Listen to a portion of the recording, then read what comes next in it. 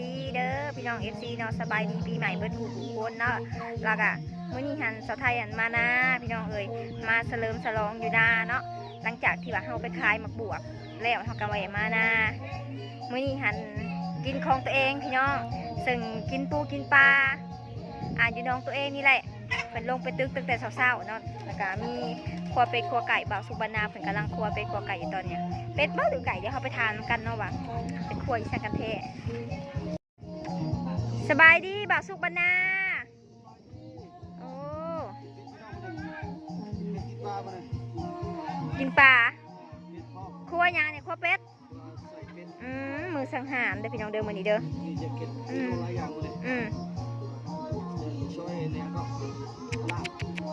มาหน่อยก็ซ้อพี่น้องเอ้ย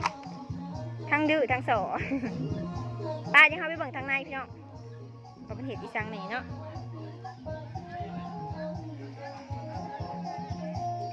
บรรยากาศอยู่นะเฮากะที่เย็นๆพี่น้องมื้อนี้เย็นๆลมๆเนาะสาวไทยก็จนเจ็บคอพี่น้องเอ้ยเจ็บคอเลยมื้อเช้านี่หาว่าวบ่ได้เลยถ้าก็มาว่าวได้บางกินน้ำร้อนต้มน้ำร้อน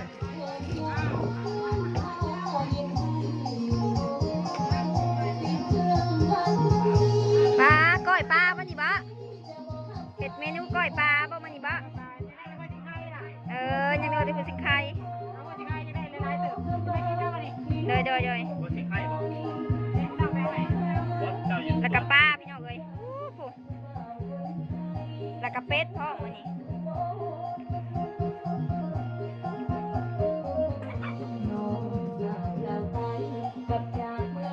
แม่สาวไทยก็เห็ดยำสลัดเนาะพี่น้องเลยสลัดตัวเองบะ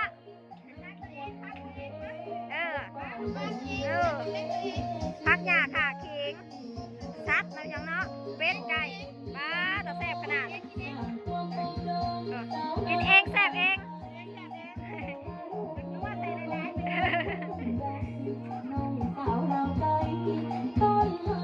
แซ่บสวยแซ่บบอกว่าน้อยๆในการกินเบียร์เองยำสลัดคุณแม่ยำพี่น้องเอ้ย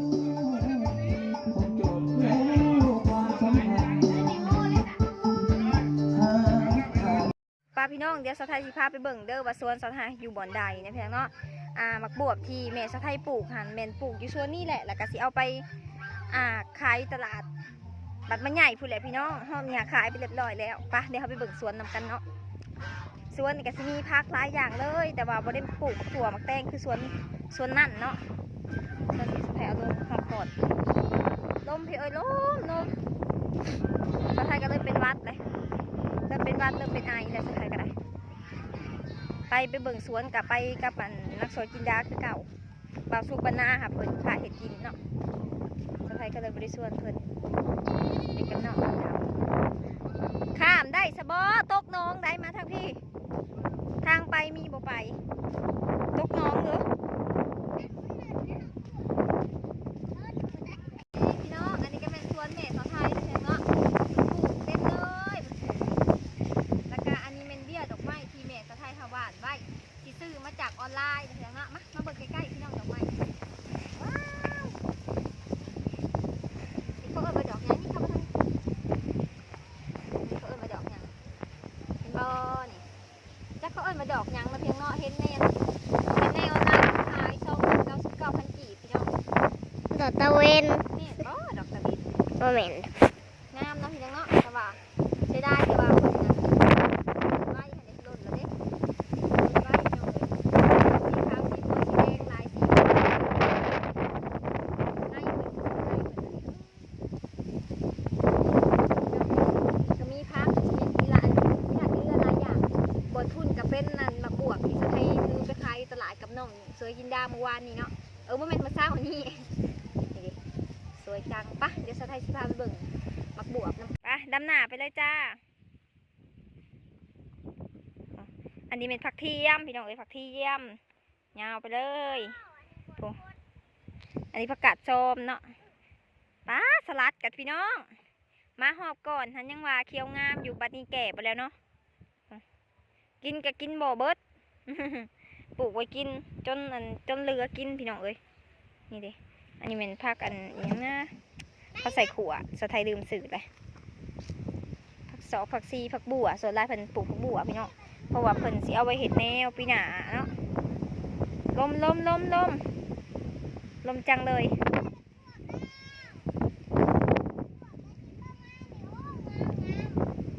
ใส่อุ้ยเบียร์พระอีตู้ไม่เป็นพระอีตู้ลายดิพระอีตู้เพิ่นก็ปลูกใกล้กับบัวละพาสำเนาะจะมันกระสอบนะไม่ใช่อย่าไปดึงของเราเด้อนี่อันนี้นะ อืม แม่เขาเราบอกพูด อืมนี่พี่น้องสิประมาณนี้เลยเนาะ นี่ ปลูกพอได้กินพี่น้องจนได้ขายแม่สะไทยกันความดูของเพิ่นนะแค่ดูว่า แม่เขาจะความดู ดูอลีนี่เด้อยู่ไห่อยู่หน้ากับแบบซี่พี่น้องเอ้ยอากาศปลอดโปร่งลมเย็นสบายอ้าวเห็ดพักละมุนได้ เบียร์ผักหอมป้อมเบียร์ผักอีตูเบียร์ผักอันบุรพาก็มีครบไปเลยนะพี่น้องนี่เลยหมกบวบใหญ่อันนี้นั่นแมนเพิ่นคือซีเมนว่าเอาไว้เห็ดแนวเนาะเห็ดแนวหมากกันน้อยๆยังน้อยๆอยู่นี่เพราะว่าเมื่อเช้านี่เพิ่นเก็บไปแล้วไปเก็บไปขายกับบูฮู้เนาะว่าได้เงินเท่าไหร่สะไทยกับบริณาบมีแต่จับมาน้ำเมเสี่ยวแล้วก็เอามาส่งคืนเพิ่นเลยเด็กพี่น้องโอ้ทางในอันข้างหมกบวบข้างหมกเต้งอันข้างทั้งหมดนี่นะเพิ่นเอามาจากกกไม้ไผ่ของตัวเองนะพี่น้องแล้วก็บ่ได้เอามาจากบอนอื่นเพราะว่าอยู่หน้าเฮานี่กาพอมีไม้อยู่เนาะสำหรับอันผู้ใดที่ว่าอยากปลูกพักค่ะนะพี่น้องสะไทยขอแนะนำเลยเด้อเอาแม่สะไทยเป็นตัวอย่างเพราะว่าเรานี่บ่ค่อยลงทุนอีหยังปานใดพี่น้องดินคันว่าเขามีดินนี่เริ่มต้นปลูกผู้ใดเป็นมือใหม่ปลูกได้เบิดพี่น้องช่วงนี้นะผู้ใดที่สิปลูกครับแนะนำช่วงยามหนาวเด้อพี่น้องเด้อปลูกง่ายปลูกสบายเนาะขอแต่ว่าดูแลรดน้ำพรวนดินแบบสิก็ถือว่าโอเคแล้วเนาะบ่ต้องไปแบบว่าหาอุปกรณ์อย่างเงี้ยก็ได้หรือว่าผู้ใดเนาะที่ว่ามีกระถางบ่อีช่างบ่กะปลูกใส่กระถางพอไปกินก็ได้พี่น้องเอ้ยบ่อยากเฮ็ดสวนใหญ่ๆแบบในสไทยกันเนาะแต่นั้นเราได้กะบ่โทอันปลูกกินเองพี่น้องเพราะว่าอีช่างกะพักหญ้าขาคิงตลาดกับแพงหมื่นเนาะเงินกะหายากพี่น้องเท่ากับสิประหยัดโดยการปลูกกินเองนี่พี่น้องประหยัดรายเติบจนได้ขายเนาะแบบแม่สะไทยเลยผักเป็นปลูกจนเหลือกินเหลือใส่พี่น้องเลยความพันธุเนาะผักที่ว่าซื้อมาจากตลาดนะเขาก็ตัดกินแต่ใบมันแล้วก็เอาหากมันมาปลูกเนาะผักบางชนิดนะมันจะเอาหากมาปลูกได้พี่น้องเลยมีหมากคันมีดอกมีหมากเนี่ยก็สามารถไปเห็ดอันแนวต่อได้เลยพี่น้องเด้อบางเถื่อแบบว่าเพิ่นเก๋แล้วเขาก็เอาในเพิ่นเอาไว้เอาไปหวานต่อไปกินต่อไปเลยจ้าแต่ว่าในอันผักสลัดนี่นะสาวไทยบ่เคยหวานแบบว่าให้มันแก่แล้วเฮาสิเก็บเอาไปสิแล้วเอาไปหวานบ่เคยจะเถื่อเนาะนี่จะซื้อเป็นซองมาหวานสาวไทยกับบ่ฮู้คือกันว่าหวานได้หรือบ่ไปพี่น้องไปเบิ่ง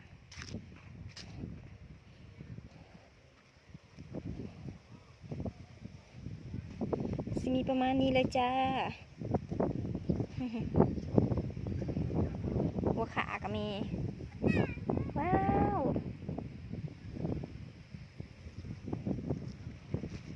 ทำเกษตรแบบผสมผสานนะพี่น้องเนาะเห็ดลายได้กินลายเห็ดหน่อยก็ได้กินหน่อย